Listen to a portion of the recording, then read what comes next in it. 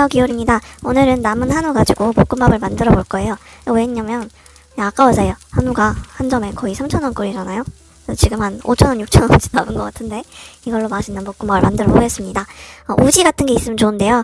없으시겠죠? 그러니까 그냥 버터를 쓸게요. 우지가 뭔지는 이따 알려드릴게요. 버터를 녹이시고 밥 한 공기 넣어주세요. 꾹꾹꾹꾹 눌러서 계란볶음밥 할 때처럼 버터에다가 밥을 넣고 밥 아래 버터를 코팅한다는 느낌으로 볶아줍니다.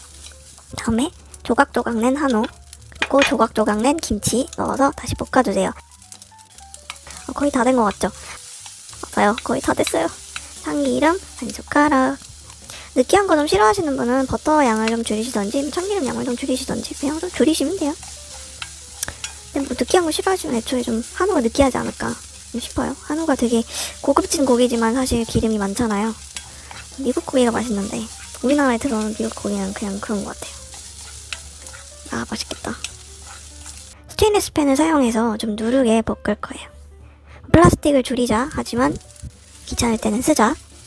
조미김을 플라스틱 장갑을 낀 손으로 이렇게 부숴줍니다. 아, 진짜 거의 다 했어요. 이거 뭐 얘기를 해야 되는데 요리가 끝나버렸네. 이게 제 요리의 단점이죠. 너무 빨라서 얘기를 못한다. 나는 하고 싶은 얘기가 많은데. 이렇게 밥을 누르게 해줍니다. 스테인리스 팬이 되게 중독이에요. 이렇게 누르면 닦기 되게 힘들거든요. 막 물에 불려야 되고. 근데 맛있어요. 팬이 맛있다는 게 아니고 여기다 하면 맛있어요. 모짜렐라 치즈를 솔솔솔솔솔. 우리 언니가 잠깐 저희 집에 산다 그랬잖아요. 치즈를 얼마나 좋아하는지 와씨 밥을 막 안 보이게 치즈를 뿌려요 이런 거 할 때. 그래서 저는 그만 하고 언니는 더 하고 그러는데 통풍 올 것 같아요 진짜.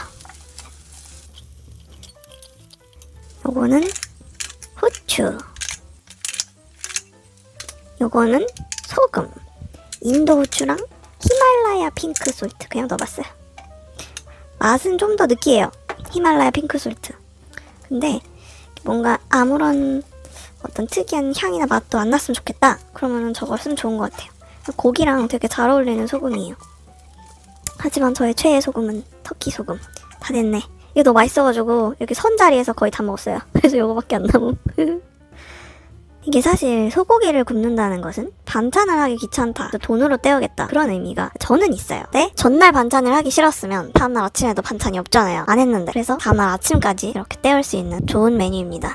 우지 말씀드려야지. 우지가 뭐냐면 소의 콩팥 기름이거든요. 정말 조금 나오고 이게 따로 팔기보다는 정육점에서 맹벌이 해야 돼요. 아저씨 여기 우지 있어요? 콩팥 기름 있어요? 이러면서 좀 단골 가게를 하나 만드셔가지고 주로 이게 어떤 정육점이 있냐면 소 잡는 날 뭐 이런 거 써있는 고기 집 있잖아요. 그런 집에 우지가 있어요. 이거 되게 고소하고 고깃집에서 고급 한정식 집이나 뭐 이런 데서 굽는 소고기 있잖아요. 대도식당이나 이런 데서 이 기름을 써요.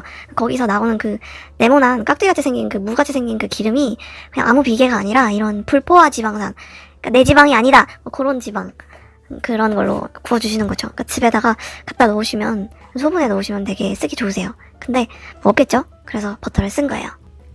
육개장에도 이걸 넣고요. 순두부찌개에도 이걸 넣어요. 그러면은 고기를 안 넣어도 고기 맛이 나. 되게 생활의 지혜죠. 그렇구나. 그럼 이만.